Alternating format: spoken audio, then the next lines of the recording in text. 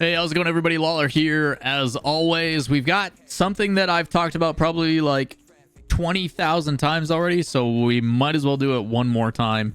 If you guys haven't seen the timeline lately on Twitter, a user by the name of HypeX, if you guys don't know, HypeX has kind of built a following based upon leaking information about Fortnite. That's what their whole profile is. They basically data mine the heck out of Fortnite and say, hey, this stuff is coming up. Pretty respectable source. They're usually pretty on the money about it. And the latest tweet that's got everybody talking is Rocket League is rumored to be ported to Fortnite in the future. I hate to break it to you, this rumor has been going on for multiple years, ever since Epic bought it, that people expected this to happen. And there is some concerns that people are saying, hey, they want the game to be 100 gigabytes because you have to download Fortnite, which is this massive BR. But he also then talks about how a thin client is expected to be dropping within the next month, where you download Fortnite and it sets itself up like a lobby where you can get cosmetics and you can get all the stuff in the store, but then you manually install all the secondary modes like Roblox. If you guys aren't familiar with Roblox, Roblox is also very similar.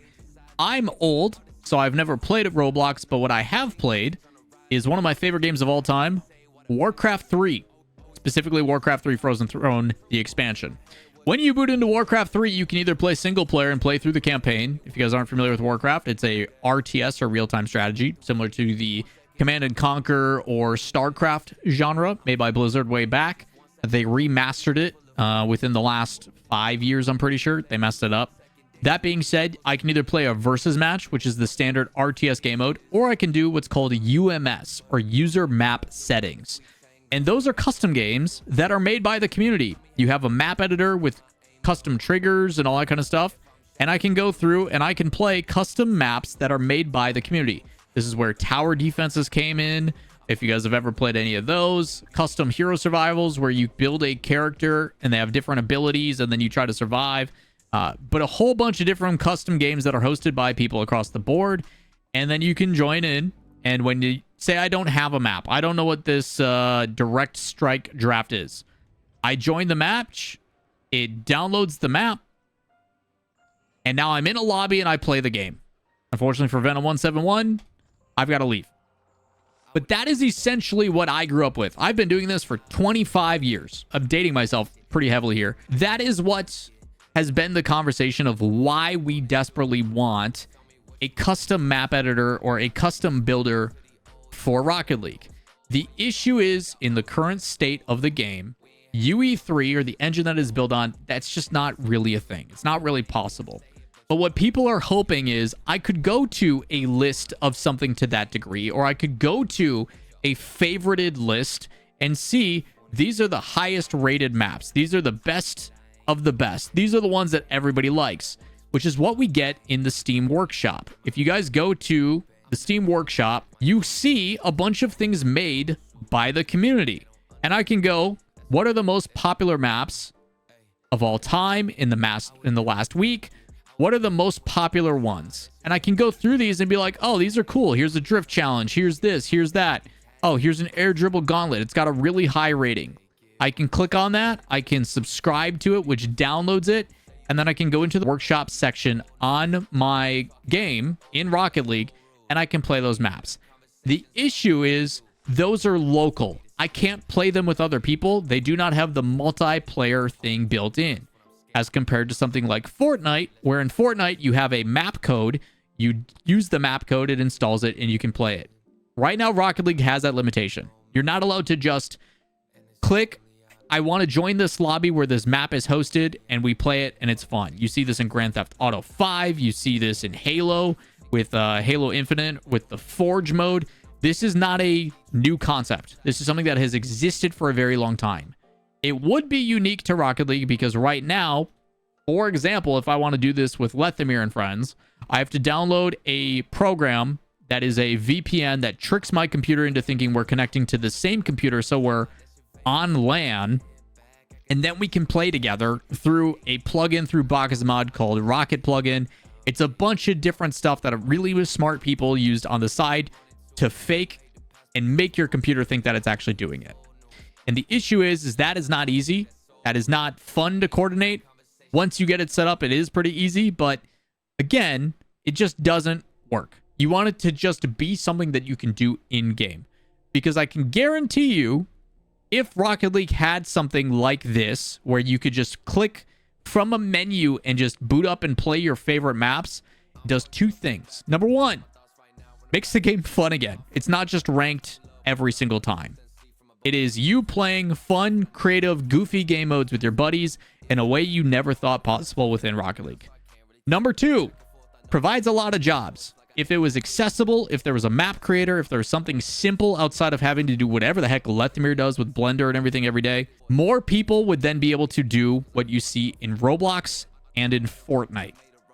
If we boot up Fortnite, begrudgingly, when you get to the main menu, there is a bunch of different maps and unique game modes, just like I showed you in Warcraft 3 just a second ago.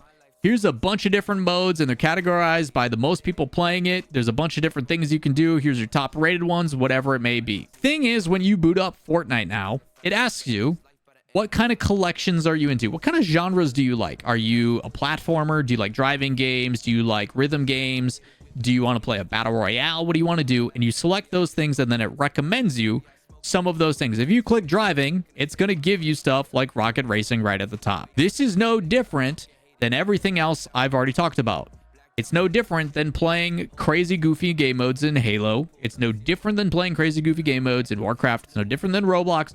It's all the same. So when people see this rumor, Rocket League is going to be ported into Fortnite, they all collectively lose their minds. They're all like, oh my God, what are we going to do? I got to boot up Fortnite to play Rocket League. It's no different than me saying, hey man, let me go to my favorites. I've got whatever my favorite is here. Rocket League is going to be one of them. And I click play and it's built in. People do not understand what is the UEFN universe or the Web3 universe that is Fortnite.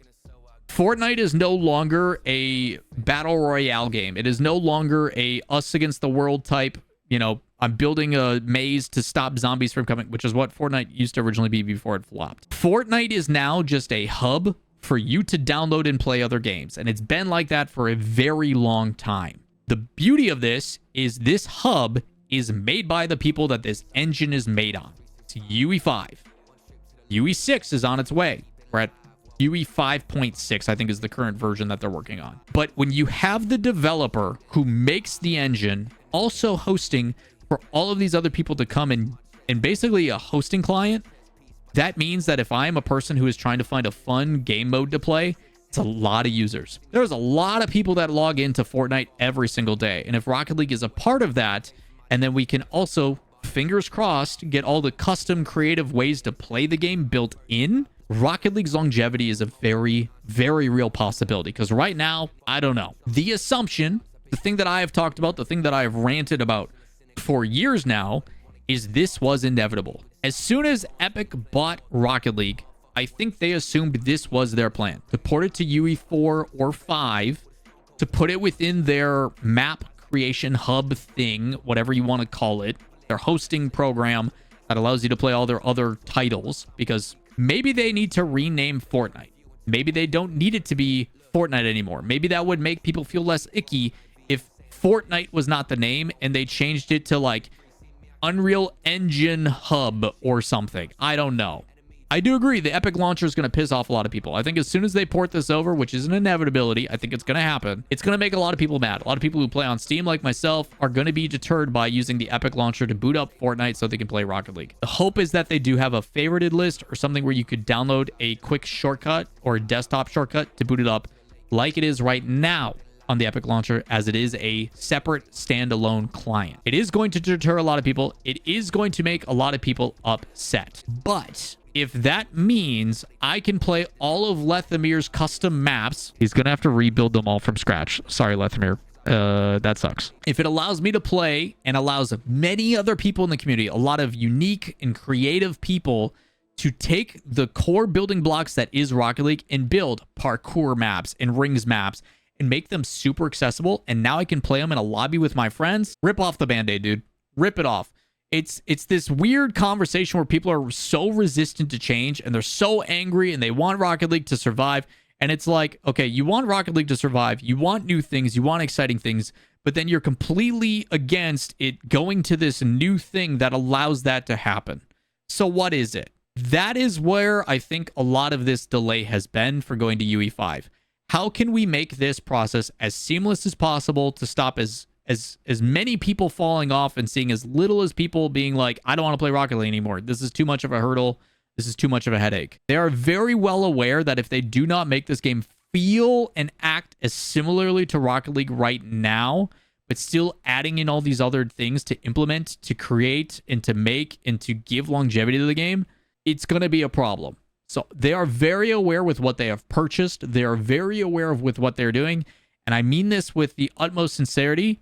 I'm going to trust the multi-billion-dollar company over a bunch of people on Reddit leaving hissy fits. I'm sorry. I feel like they kind of know what they're doing to a degree. Sure, it may not be what you agree with. Sure, it may not be exactly what you want. But I feel like they've got a pretty good understanding of how to generate revenue and be a business. What works, what doesn't work, what is successful, what isn't successful.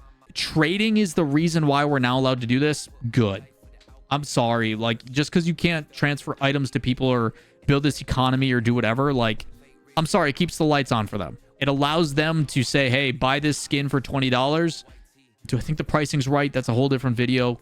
But like, if it allows them to say, hey, what you own is bound to your account, and now you're allowed to use that in all of our other different things, whether you go into Rocket Racing, whether you go into Rocket League, whether you go into, what was that other stupid game? Brain Rot, whatever the heck it's called. It's a trending game. Steal the Brain Rot, which is super popular in Roblox. It's got 67,000 people playing it as a third-party game right now, and that dude is making millions. And that opportunity is now awarded you. Get rid of trading. I don't give a shit. It is a natural step to make this more and more popular. The hope, though, is that they do it in a way that is not intrusive. They need to make sure that it is a seamless and easy process. And if you're telling me it's a 2 to 4 gig download to have a hosting client for all of the other fun, goofy custom game modes, so be it. My assumption, this will be announced in Lyon. My assumption, and what I've talked about so many times in this channel, is that this is going to be announced in Lyon. This is going to be a thing that they do at the World Championship when the most eyes and attention are on the game. It's going to be met with a ton of backlash. A ton of people are going to be pissed. But once they get over the goldfish brain mentality of like, I'm angry, and then they still want to play Rocket League because this game's been dying for 4 years, apparently. People are going to get over it. They're going to fall into line, and then they're going to keep playing the game they love, and hopefully with a bunch of new features and a bunch of new fun stuff.